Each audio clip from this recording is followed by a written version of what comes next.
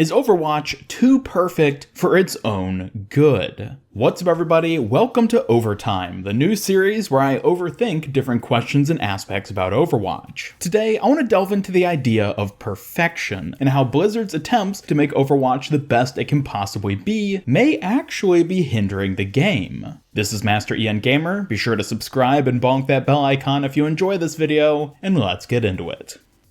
Now, right off the bat, I should emphasize that I am not making a case in this video for Overwatch being perfect or anything like that. The game is great, obviously, but no, not perfect. And I will be digging into that fact specifically later in this video. However, just because Overwatch isn't perfect doesn't mean that Blizzard themselves aren't perfectionists. Overwatch as a game looks and sounds amazing. It mechanically feels amazing. Every hero is simple enough for their base mechanics to be grasped and utilized by newbies, but deep enough for die-hard players to spend hundreds of hours mastering them. It has a sleek and intuitive UI, both in matches and in the menus. The cosmetics are just oozing with creativity, and every single detail is there to serve a purpose, whether it's gameplay, atmospheric world building, or the characters themselves. Even looking at specific characters, every single one of them is unique enough to fill their own niche, but still balanced enough to be viable. That's right, despite what you may hear from much of the community, every hero is actually viable depending on the specific map and team compositions. And yes, that even includes.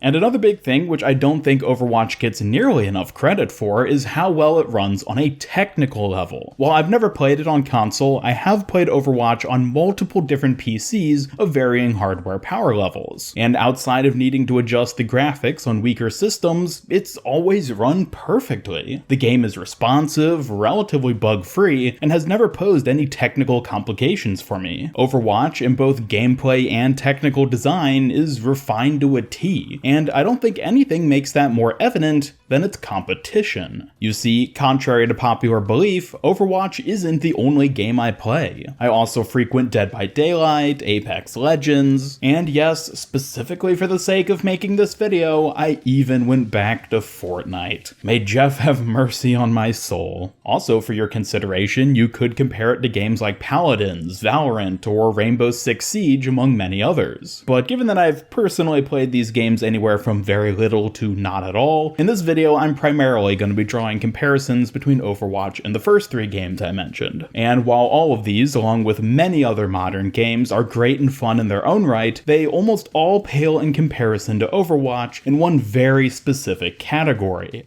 polish.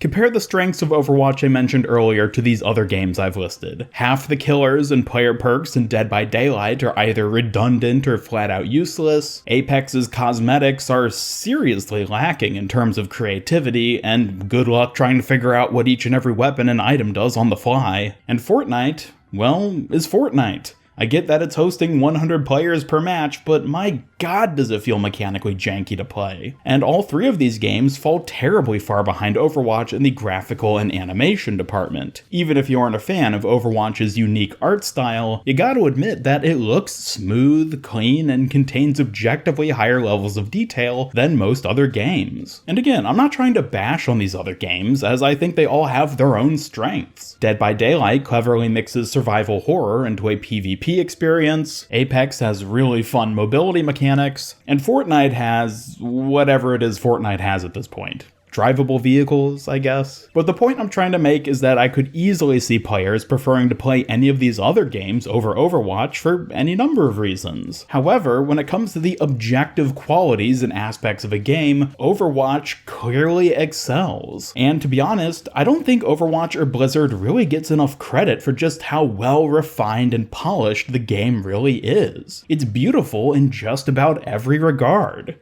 But at what cost? The greatest price Overwatch ends up paying due to Blizzard's perfectionist design philosophy is development time. Even before the transition into predominantly developing Overwatch 2, new Overwatch content released at an absolute snail's pace. New hero? Once every 4 months. New map? Once every 4 months. New game mode or other substantial gameplay impacting content? Once in a blue moon. And of course, now that we're on the dirt road to Overwatch 2, all new content has basically ground to a halt entirely. Sure, we're still getting new cosmetics through events and such, and Blizzard has even thrown us the penny of new twists on existing event game modes, but these alone aren't enough to keep Overwatch afloat. Half the content added to these other games may look and feel a bit shoddy, but at least their communities regularly have something to get hyped about. Overwatch is perhaps one of the best modern examples of quality over quantity, and for the most part, this kind of content creation philosophy is largely respected. But what happens when you place too much weight on quality? What becomes of your product when you focus so much on quality that quantity becomes zero? Or if not zero, then at least so low that your player base ceases to retain interest. That appears to be the problem Blizzard is running into with Overwatch, and at the moment, especially Overwatch 2. I'm sure the sequel will be amazing once it finally releases,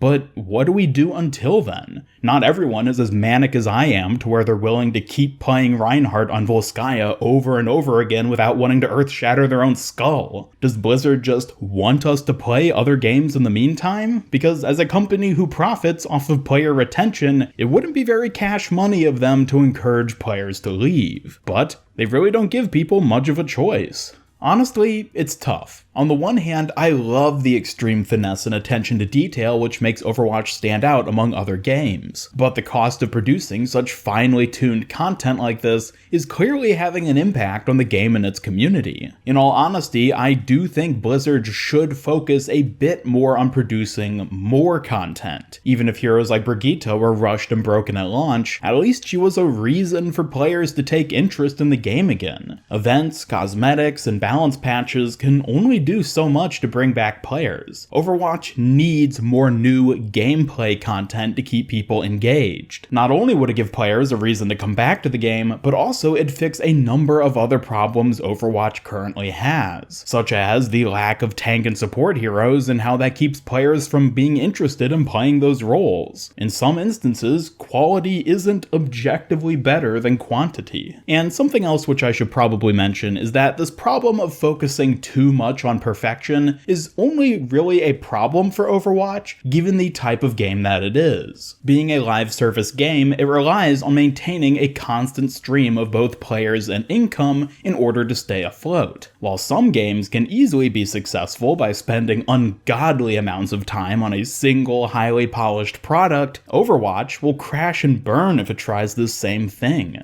Without regular new content being released, players will lose interest. When players lose interest, they stray to other games or activities, and when those players leave, they take their wallets with them. Now, given that we have no way of knowing exactly how profitable Overwatch has been over the years, it's impossible to say just how big of an impact the lack of new content recently has had on the game financially. Presumably, it's still turning a profit, and I say that not just because the servers are still up and running, but also because of how lucrative the franchise is overall. Not only do you pay to buy an account, but then you have all the cosmetic microtransactions, and even outside of the game itself, you have copious amounts of merchandise, which on their own could probably bankroll all of Blizzard. So is Blizzard gonna go under due to how long it takes them to put out content? Definitely not. Are they losing money and players over their perfectionist mentality? Quite possibly.